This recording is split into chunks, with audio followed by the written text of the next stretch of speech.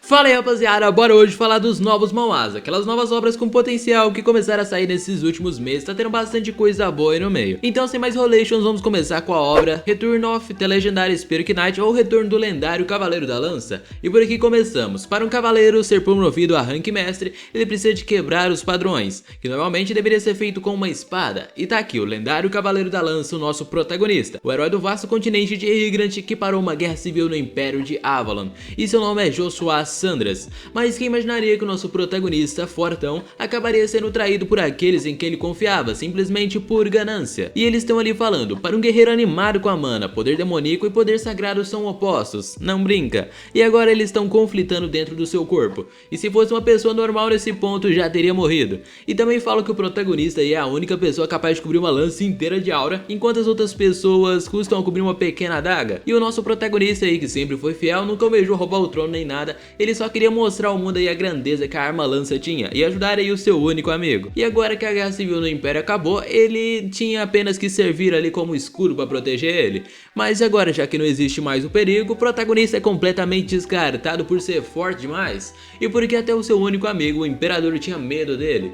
Então eles ainda na cara de pau agradecem pelo trabalho duro, se não fosse por ele, eles não chegariam até aqui. E adeus, meu velho amigo. E assim os caras já saem dali tudo sorridente e pra dar aquela confirmada deixou uma bomba mágica pra explodir no protagonista. E bem nessa hora, já quase explodindo, a sua lança Lugia começa a brilhar, revelando sua força escondida. E nisso a explosão afunda um buraco na terra e o protagonista acaba acordando no corpo de uma criança dentro de um celeiro, mas necessariamente no mesmo corpo de um jovem que é ele mesmo no passado. Ele na verdade voltou no tempo, e daqui a história continua com ele desde pequeno começando a ficar forte, e só digo que a vingança vai ser daquele jeito, e protagonista que representa demais. Agora Ultra Alter ou Ultra Mudança, algo nesse sentido aí seria a tradução. E por aqui começa já uma luta insana com 3 jogadores enfrentando o boss, e o nosso protagonista é um magricela do grupo com a classe de curandeiro que tava curando o pessoal. E depois vem falando, esse lugar é o jogo de MMORPG ultra realista Ergo Sphere Online, e aqui os jogadores podem escolher as suas profissões, ganhar experiência, evoluir e explorar esse mundo de fantasia.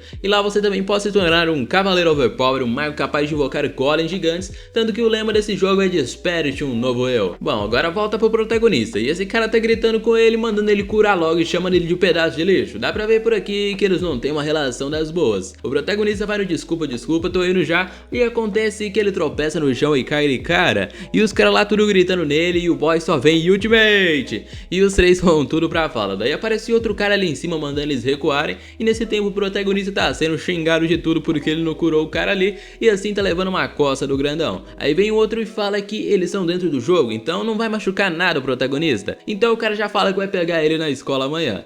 Aí o cara da ordem fala que o prota tem que conseguir 600 poções de alta qualidade pra eles até amanhã, e se ele não conseguisse, ele tava mais ferrado ainda. E nisso os caras vazam e só fica ele ali. Aí ele decide que vai trocar pra sua conta secundária, e assim ele entra no seu personagem classe Vingador, e o protagonista nele parece ser uma pessoa bem overpower, parece uma pessoa completamente diferente na verdade. Ele vai derrotar um bando de monstros na facilidade usando essa conta, até os caras ali ficaram impressionados com ele. Então já na hora do nosso prota deslogar pra fazer o dever de casa, e nisso ele aperta aí no botão de deslogar e aparece uma mensagem estranha perguntando se ele tinha realmente certeza, e depois ainda vai aparecer outra assim, mas no final o prota desloga e volta aí pro mundo real, tá todo suadão só com o óculos na cara. E agora quando ele levanta aí, algo começa a acontecer, o óculos ali começa a brilhar fazendo análise e transformando o corpo do protagonista no corpo do seu personagem do jogo. Agora o cara de magrinho foi pra um bombado sarado, e a partir daqui vem mensagens falando que vai começar o tutorial teleportando o protagonista pra um outro lugar, ou seja, o próprio mundo do jogo veio aqui pro mundo real. Mas se ficou curioso com a história, vai lá ler que é muito bacana e tá aí novinha já com 9 capítulos, Ultra Alter. Agora Cell Station Necromancer ou Necromante da Estação de Cell, com um dos mesmos autores da Cell Station Druid, outra obra muito boa. E aqui já começa falando que é 2021, e depois mostra um cara de óculos cercado por valentões, e o cara de óculos tenta ignorar e segue o seu caminho, mas um deles vai pra cima e só toma uma bofetada na cara. Daí eles ficam putos e vem os 3 pra cima quebrando o cara de óculos na porrada, mó injustiça. Aí umas luzes começam a aparecer e delas aparece um cara, o nosso protagonista, falando que já se passaram 20 anos, e mesmo assim nada nada mudou, nem o uniforme da escola. Daí os valentão vão com grosseria pra cima dele, falando que vai deixar ele roxo de porrada agora que ele se intrometeu, e o protagonista só desvia e começa a invocar algum tipo de magia, mas o que acontece é que ele fez tanto suspense pra no final não sair nada, nadinha de nada. E nisso, pra não ficar feio, o protagonista só dá um peteleco na cara do valentão que já voa longe de consciência, e o prota ali perguntando quem seria o próximo. E no final os outros dois ali também não escaparam, e ele pega ali 2.000 wons como pagamento por ajudar o carinha de óculos. Viva o capitalismo! Agora deixa eu explicar a história pra vocês que fica mais fácil de entender.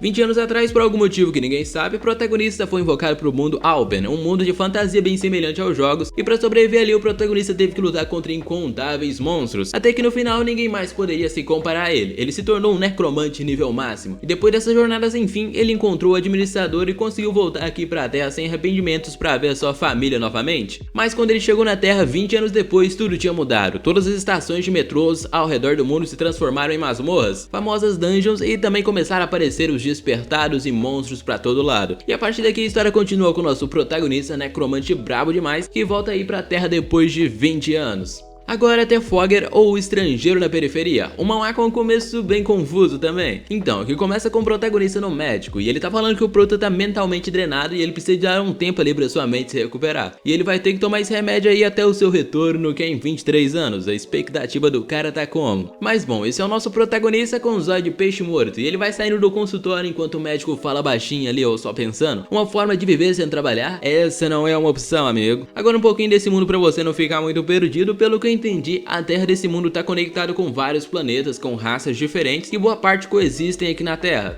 E o nosso protagonista aqui é um agente da agência de imigração, e o trabalho dele é simplesmente cuidar de casos de pessoas de outros países que estão fazendo merda por aqui e usar a força se necessário. E por isso já dá pra perceber no capítulo 1 lá pro final que o protagonista é bem overpower, que manda figurante pra vala, e ele é conhecido por todos aí como agente lendário do escritório de imigração com taxa de 99% nas missões. Mas essa é apenas a identidade falsa dele, é Minjon humano. Ele na verdade é um alienígena que foi preso sem ser executado por um crime que ele cometeu há muito tempo atrás. E nisso ele teve as suas memórias e o seu corpo original tirado dele. Agora ele é apenas um prisioneiro que foi mandado pra periferia chamada de Terra e recebe donut toda vez que ele completa missões. Uma sociedade administrada pelo comitê aonde ser preso é ser empregado, not stonks. E o objetivo do protagonista nesse mundo é conseguir 5 milhões de donut, porque daí ele conseguiria pagar a sua fiança imediata e não precisaria mais trabalhar nesse emprego. Então resumindo, o cara precisa pagar dinheiro pra se demitir. A história vai acompanhando ele nessa jornada aí, que até agora tá parecendo mais uma história de investigação policial. E agora por último, I Am The Only, ou Eu Sou o Único Amado pelas Constelações, e que começa falando que o ano é 2021,